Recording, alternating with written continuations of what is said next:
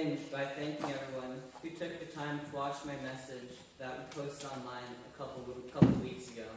I had prepared a sermon and was ready to preach, and then it decided to snow outside. So thank you everyone who took the time to watch. That really meant a lot. I'm so grateful to Mr. Lindquist, Mr. Card, and Reverend Card for helping me so that we didn't let the snow get in the way of sharing the Sunday message.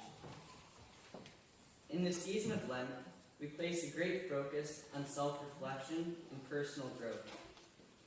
It is a time to take a minute to evaluate ourselves and acknowledge our strengths and our weaknesses.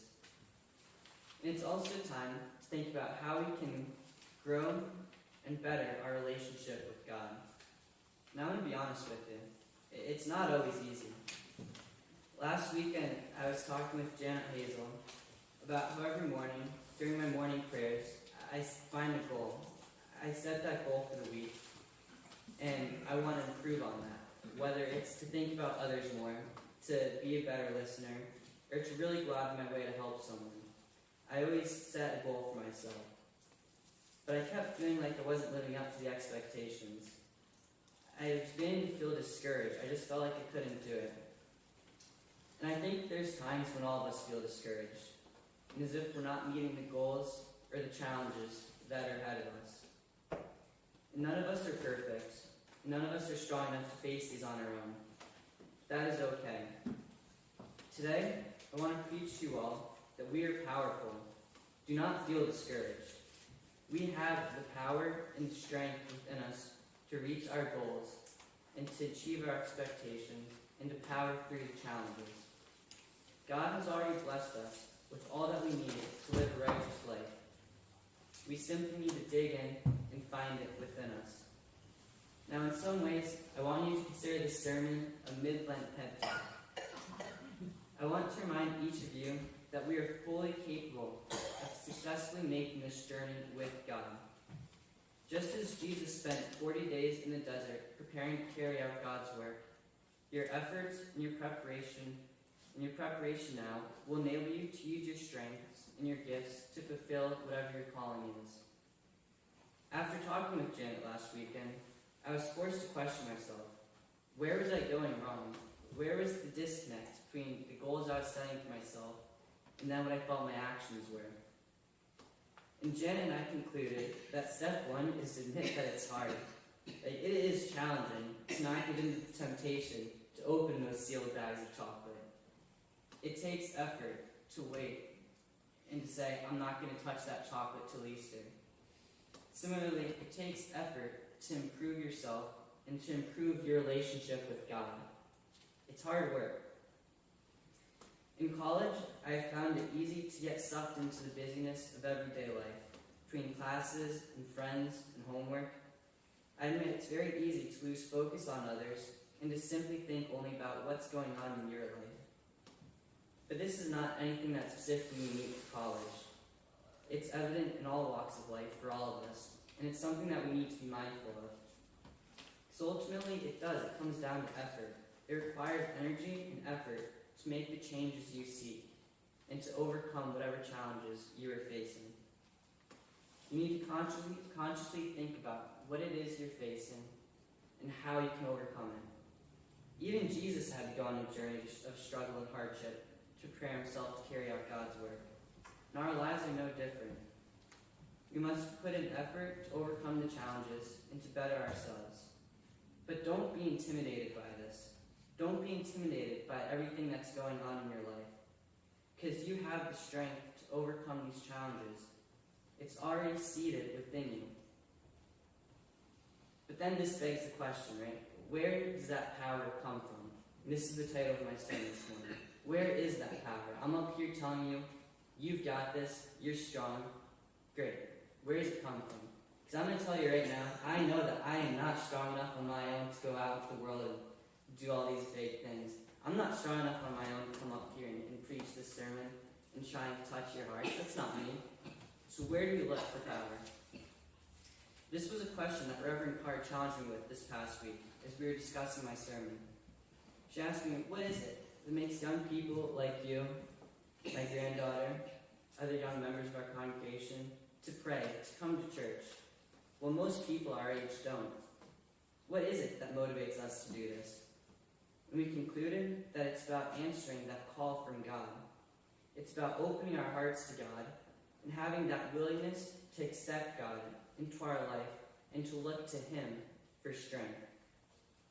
Your strength that enables you to overcome all the temptations and struggles in your life comes from having that connection with God. Your power, this power that you already have, it comes from God. As we read in Matthew last week, Jesus walked through the desert, constantly being tempted and tested by Satan. But Jesus would not give in. He would not give in because he looked to God for strength. By doing this, he found the power to ignore these temptations and to focus on God's will. When we face challenges in our own life, reflect on Jesus' journey through the desert. Remind yourself of the power that you know God seated within Jesus, and remind yourself that God has seated that same power within you. You have the power to fend off these temptations and to overcome these struggles. For when you walk with God, you are powerful. God has placed great love and power in each of us. Find this power, find this love, and use it in all that you do. I chose chapter 3 of Ephesians as our first scripture reading this morning because it truly exemplifies the power of God's inner spirit that's within us.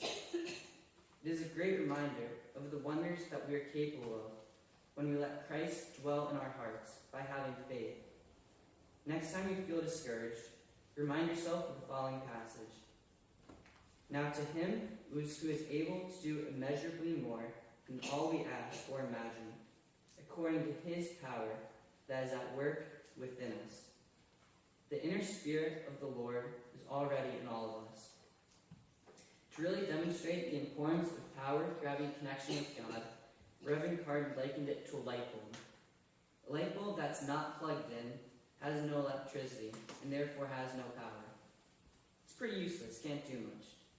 However, as soon as that light bulb is plugged in, connected to an outlet, power comes in, the light bulb lights up, and there's light in the whole room. Our relationship with God, it works the same way.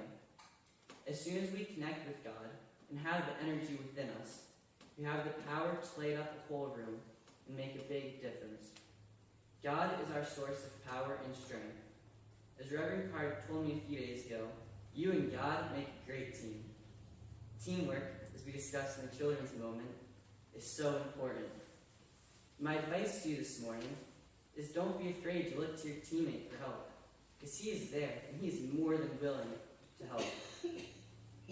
The words I preached this morning are not something that I just put together on my own.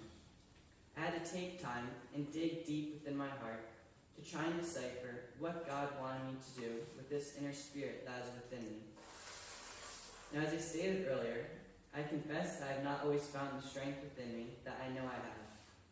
I have failed, and I have dwindled in my connection with God at times too. We all have, and that's okay. For as stated in Joel, God is gracious and compassionate, slow to anger and abounding in love. Now, I want to read that again.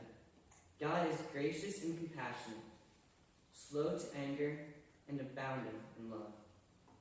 To put it simply, we are in the hands of an incredible God. The Lord gives us room to make these mistakes, to sometimes question Him in our faith. Take comfort in knowing that God has great patience and great love for us all. So as we leave the walls of this church to head out into the world, remember these lessons. Set goals for yourself. Acknowledge that it's hard and that you will fail at times. Acknowledge that you will question your faith. You will question God. But also know that you are powerful and that you are strong. All you need to do is look for that connection with God and use that strength you find to do good.